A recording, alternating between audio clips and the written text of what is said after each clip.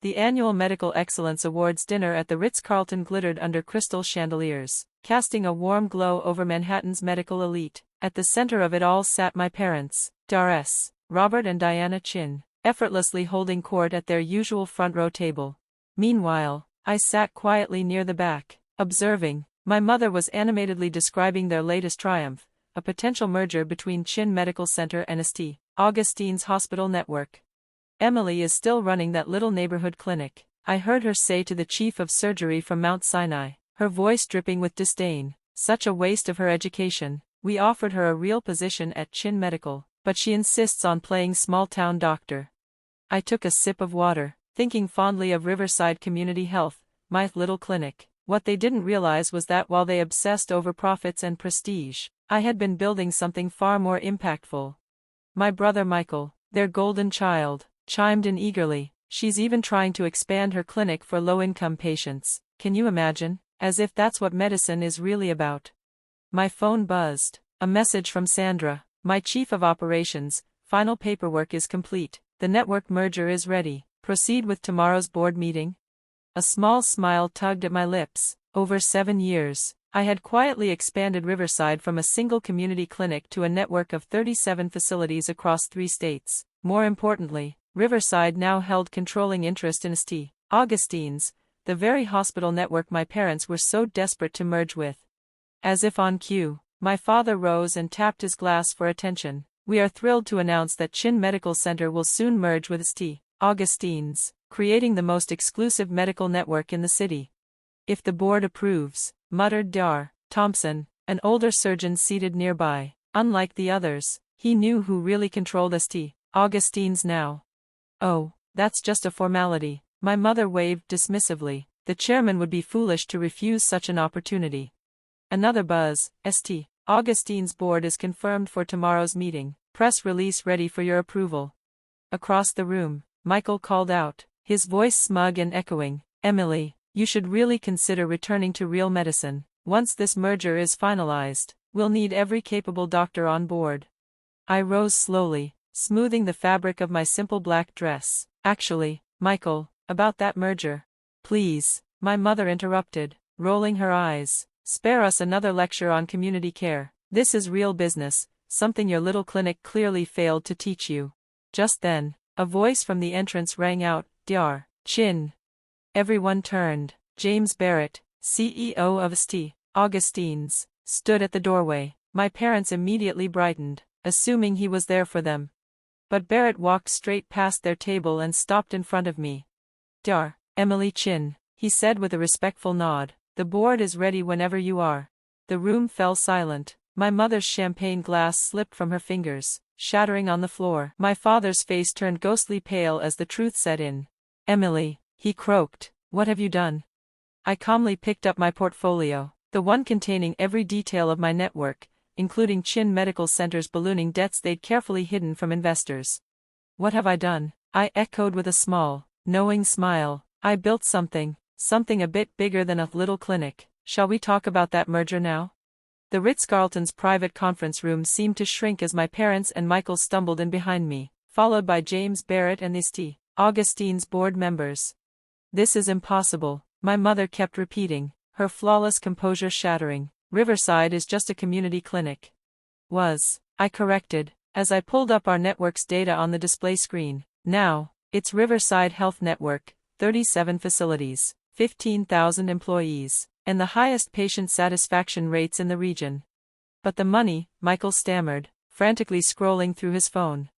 It took significant resources to acquire St. Augustine's, I said. Luckily, while you obsessed over luxury wings and elite patients, I was building a sustainable model that's both profitable and inclusive. My phone buzzed. A message from Sandra, New England Medical Journal wants to feature your model. State Health Department approved all new clinic sites. Speaking of finances, I continued, opening another document. Let's discuss Chin Medical's books, particularly your creative accounting methods to hide those losses. My father's color drained even further. How did you? Due diligence, I replied coolly. When you propose a merger, the acquiring company examines everything, and I mean everything. James Barrett cleared his throat. Dr. Chin. Emily is being modest. Riverside's approach to accessible, high-quality care has revolutionized regional healthcare. That's why the board appointed her as chairman. My mother collapsed into a chair, her hands trembling. All those board meetings with Augustine's.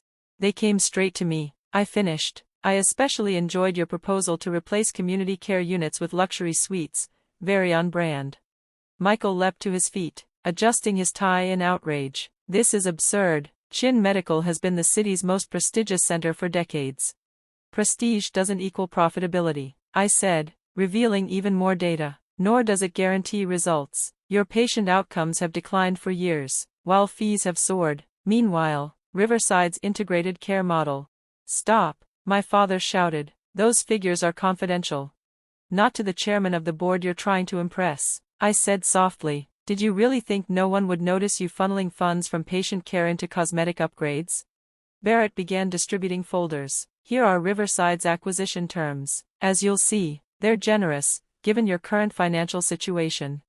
My mother flipped through the pages, her face shifting from disbelief to rage to reluctant acceptance. You're not just merging, she spat, you're dismantling us.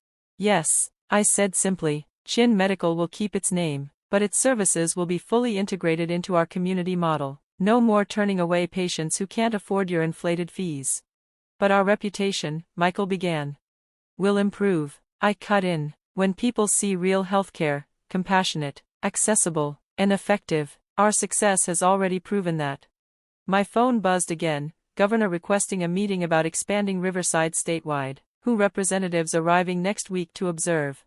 My father finally looked up, his voice small and defeated. You built all this, while we thought you were just a small clinic doctor.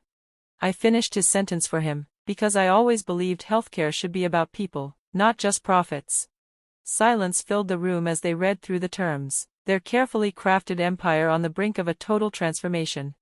The press conference is tomorrow morning, Barrett added calmly. The headline was already written, Community Health Network Revolutionizes City's Healthcare. My mother looked up at me, tears gathering in her carefully made-up eyes. Emily, she whispered, voice trembling, why didn't you tell us? I turned to the window, watching the city lights flicker below. Would you have listened? I asked softly, or would you have dismissed it as just another one of my idealistic projects? The next morning, I stood in my real office, the top floor of Riverside Health Network's headquarters. Floor-to-ceiling windows framed a clear view of Chin Medical Center's towering facade, now looking strangely diminished in the bright morning sun. Sandra walked in, tablet in hand. Chin, she said, the press is assembled downstairs. Your family is here for the final signing. I nodded, remembering all the times I had been made to wait outside my parents' offices, my proposals ignored. Send them in. They entered, uneasy and stiff, their eyes darting around the clean, modern space so different from their mahogany-lined offices. Their usual air of superiority had evaporated, replaced by something closer to humility. Before we sign, I began, turning toward the wall of screens, I want you to see what we've actually built. The displays came to life, data cascading across them, patient outcomes, community impact reports, improved chronic care numbers, every line a testament to lives touched, to a healthcare system reimagined. Michael leaned forward, his eyes wide. Your preventive care program, his voice faltered, it's reduced readmissions by 60%. Yes, I confirmed, when you make routine care accessible, people stay healthier, less crisis, more prevention. It's not magic, it's common sense. My phone buzzed, a message from the CDC, requesting national study of Riverside's model, urgent meeting proposed. My mother picked up our latest report, her hands trembling. These satisfaction scores, she said shakily, they're higher than any luxury hospital in the country. Because we treat every person with dignity, I explained, not just those with premium insurance plans. Sandra stepped in again. Chin, the Community Health Advisory Board has arrived. They're waiting to meet the new leadership team. My father's head snapped up. Community Health Advisory Board? Yes, I replied. Leaders from the neighborhoods we serve. They ensure we stay accountable to real needs. They'll guide Chin Medical's future, too. I tapped another button. The screens flooded with metrics, lives saved, vaccines administered, chronic conditions stabilized, all at a fraction of traditional healthcare costs. This is the future of medicine. I said. Not marble lobbies and designer waiting rooms, but real, measurable outcomes, real healing. Michael stood suddenly. Teach me, he said, his voice quiet and sincere. I want to understand. The model is simple, I said. Patients first, profits follow. My phone buzzed again. United Nations Health Division, requesting consultation on global implementation of Riverside's model.